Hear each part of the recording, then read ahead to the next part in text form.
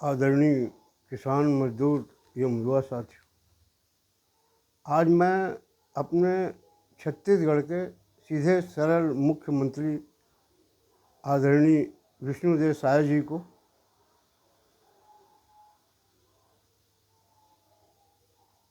बहुत बहुत बधाई देता हूँ कि उन्होंने न चाहते हुए भी किसानों के हित में देर सवेर धान खरीदी के लिए 2 दिन का समय और दिया है। अगर जितना धान खरीदी में उन्होंने कड़ाई बरता है, अगर किसानों को टोकन देने में अधिकारी कर्मचारियों को टाइट किया होता तो किसी को जहर खाना नहीं पड़ता, किसी को करंट छूने की नौबत नहीं आती, किसी को फांसी लगाने की नौबत नहीं आती। खैर, उनकी इच्छा है, उनकी सत्ता है, वो जब जो चाहें कर सकते हैं। उसके लिए मैं उनको बधाई देता हूँ। देर आए दुरुस्त आए। आज मैं अपने प्रदेश के राम भक्त सरकार के नुमाइंदों को कुछ याद दिलाना चाहता हूं कि विधानसभा चुनाव के समय जनता को अपने तरफ आकर्षित करने के लिए कहा था कि कांग्रेस सरकार द्वारा कौशल्या धाम में लगाई गई भगवान राम की मूर्ति बदलकर दूसरी मूर्ति लगाएंगे, क्योंकि वो मूर्ति भगवान राम के भाव भंगिमा के अनुरूप नहीं है। जो खूबसूरती होनी चाहिए वो नहीं है। आज 2.5 साल हो गए। अच्छा, उन्होंने ये भी कहा था कि राम गमन पथ में जो कांग्रेस शासन में भ्रष्टाचार हुआ है उसका भी जांच कराएंगे। हालांकि उन्होंने जांच कमेटी गठित कर दिया है अजय चंद्राकर जी के नेतृत्व में, मगर आज 2.5 साल हो गए। क्या कारण है? क्या हुआ जांच का? क्या हुआ मूर्ति का? भगवान आपके ऊपर बहुत खुश हुए होंगे।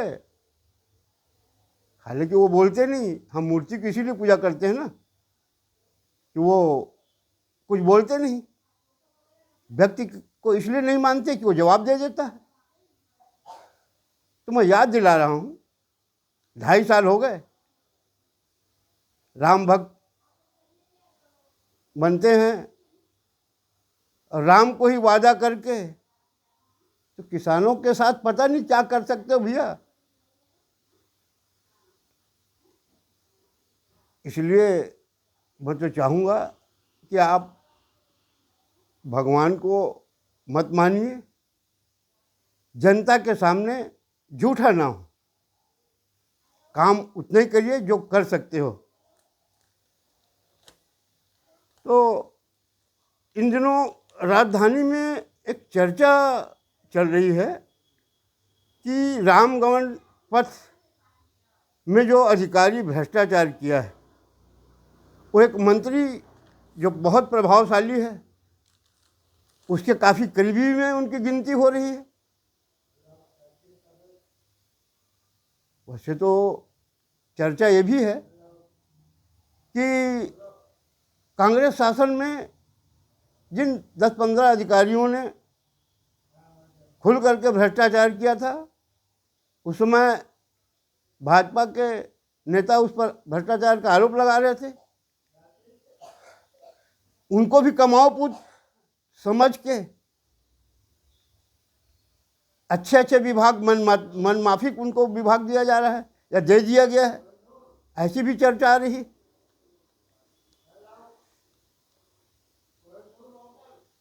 जानकार बताते हैं कि पता नहीं ये सत्ता मिलने से तो वो भ्रष्टाचारी दिख रहे थे, आज कैसे इनके इतने प्रिय हो गए। कुछ लोग कहते हैं कि नहीं, ये तो दिखाने के लिए, सत्ता में आने के लिए एक दूसरे पर भ्रष्टाचार लगाते हैं, आरोप लगाते हैं। और उसके बाद जानते हैं कि ये कमाऊ पूत है, अगर किसी ईमानदार को ले आएंगे तो साला खाएगा ना खाने देगा। तो क्या मतलब है ऐसे लोग अधिकारियों को या ऐसे कार्यकर्ताओं को अपने करीब में लाना। ये सभी पार्टियों में देखा जा रहा है, ऐसा नहीं है कि एक ही पार्टी में हो, सब जगह चापलूसों की कीमत होती आई है और होते रहेगी। आज समाचार पत्रों में शासन की ओर से धान खरीदी का जो ब्यौरा प्रकाशित किया गया है उसमें बताया गया है कि 5,25,000 एकड़ भूमि पर खेती नहीं की जा रही थी, धान की खेती नहीं की जा रही थी। वो लोग अधिकारी कर्मचारियों से धान खरीदी केंद्र के कर्मचारियों से मिली भगत करके गड़बड़ी करने का प्रयास कर रहे थे, जो शासन के सतर्कता के कारण वो धान नहीं बेच पाए, क्योंकि शासन ने कड़ी व्यवस्था की थी। अच्छी बात है, हम भी इस बात में समर्थन करते हैं कि गलत जो करते हैं उनके खिलाफ कार्रवाई हो, मगर निर्दोष सताए न जाए। अधिकार निर्दोष किसान सताए चले गए, इसका क्या होगा? वो तो नाराज हो गए ना, और नाराज रहेंगे। वैसे सरकार के खजाने में बता रहे हैं कि 3500 करोड़ रुपए की बचत की उम्मीद की जा रही है। कि जो अवैध धान यानी अवैध ज़मीन को धान फसल बता करके अगर बेच दिए जाते तो 3500 करोड़ का फ़ायदा सरकार को नहीं होती। अच्छी बात है, करना चाहिए। मैं तो अपने सीधे सीधे मुख्यमंत्री आदरणीय विष्णुदेव साय जी को पुनः याद दिलाता हूँ कि 8 जनवरी के आपके जन दर्शन में मैं रायपुर गया था, आपसे यही मांग करने गया था कि वर्तमान प्रधानमंत्री हमारे नरेंद्र मोदी जी भारत को भ्रष्टाचार विहीन बनाना चाहते हैं, लेकिन हमारे छत्तीसगढ़ के विधायक, सांसद, मंत्री मोदी जी के सुर में सुर क्यों नहीं मिला रहे हैं? अगर सही में भ्रष्टाचार को रोकना सिर्फ किसानों के ऊपर ही दिख रहा है आपको, अच्छी बात है, दिखना चाहिए, बाकी नहीं दिख रहा है। चाहे कांग्रेस शासन में जो भ्रष्टाचार हुआ है या आज 2.5 साल से भाजपा के शासन में हो रहा है। तो मैं तो याद दिलाने गया था आपको कि भ्रष्टाचार विहीन प्रदेश बना दीजिए। अब आप तो मुझे ज़्यादा जानते हैं कि पूर्व प्रधानमंत्री अटल बिहारी वाजपेयी जी ने तो कानून में संशोधन करके ही भ्रष्टाचार सप्ताह मनाने के लिए साल में तिथि तय कर दिया है। पता नहीं उसको क्यों नहीं मना रहे हैं। इसमें करोड़ों अरबों का फायदा होता है ना शासन को। आज हमारे विधायक, मंत्री, सांसदों को जो दौरे के लिए पैसे दिए जाते हैं ना, जनता का संपर्क करने के लिए, समस्या हल करने के लिए, उसमें घर बैठे बहुत से पैसे लिए जा रहे हैं। इसका भी आत्मसमरण कराइए ना, इसकी जांच नहीं कराओगे आप, क्योंकि अपने हैं वो। तो भाई जब शासन की बचत सोचना है, आज अगर अधिकारी, कर्मचारी या आम जनता कहीं भी गलत कर रहा है, उसके लिए प्रदेश की सरकार जो रहती है वर्तमान में वो दोषी है। और सत्ता में बैठने वाले क्या सोचते हैं? हम गलत कर लें, हम करोड़ों कमा लें, दूसरा गलत ना करे। तो भैया सुन करके, देख करके, हिस्सा दे करके सब करते हैं। और मुझे तो बड़ा जान के दुख हुआ कि राजधानी के तहसील कार्यालय में 500 से 1000 रुपये किसानों से जमीन के नकल के नाम से दिया जा रहा है। सोशल मीडिया में तो हिसाब भी बताया गया है कि 40 से 45 लाख रुपए एक तहसील में कमाई हो रहा है। पूरे प्रदेश में कितने तहसील हैं, कितना आ रहा होगा? यही तो हम चाह रहे हैं कि आप ये मत सोचो कि अधिकारी, कर्मचारी, नेता सब खाएं, आम जनता जो है उनको पैसा ले जाकर एक्स्ट्रा दे। भ्रष्टाचार विहीन छत्तीसगढ़ बनाने का भी तो निर्णय लीजिए, ताकि ये भ्रष्टाचार कोई कर ही नहीं सकेगा। अब ये सोचना कि सत्ताधारी हम हैं, हम जो चाहे कर ले, दूसरा न करे, तो आप पकड़ते रहो, लोग करते रहेंगे। तो हमारा सोच भी तो अच्छा होना चाहिए ना कि हम सनातनी हैं, हिंदू हैं, राम भक्त हैं, कहने भर से नहीं होता, कुछ करके दिखाना पड़ता है। अंत में अपने